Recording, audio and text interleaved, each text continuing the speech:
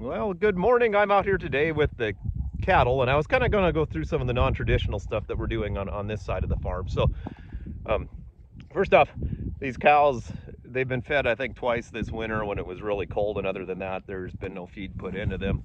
Part of that's because we calve in May, so that helps a lot with the input side of things. But the other interesting thing is where we're at right now, where these cows are grazing. This is about a 500-acre block of barley stubble with some native grass maybe mixed in. There's 40 acres in here where they're camped out at right now that was cover crop like 6 years ago. And because I think of the soil health part of this, cows seem to be able to tell where things are better than not, right? They will camp out on this 40 acres here and graze for a good part of the winter, which isn't too good for this field. I should actually we should fence it out because we get some compaction problems in here.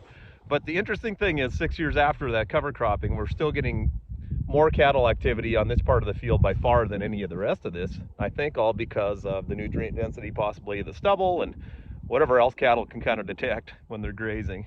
One of the other things is you'll see there's still calves on the cows. We've switched now to our calving date, like I said, to about May 15th.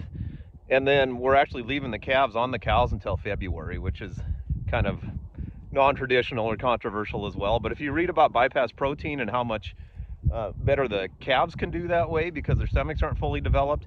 And the other thing we've noticed is somewhere in this winter, if it gets really harsh, the cows will actually just start to wean the calves on their own. The other thing is we buy some calves and bring them in here.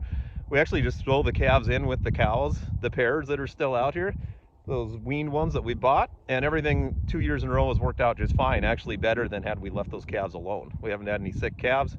They haven't tried to rob milk off the other moms, and really all of this non-traditional, less labor, less input stuff on the cattle end seems to be working out really well. We don't supplement any protein right now either.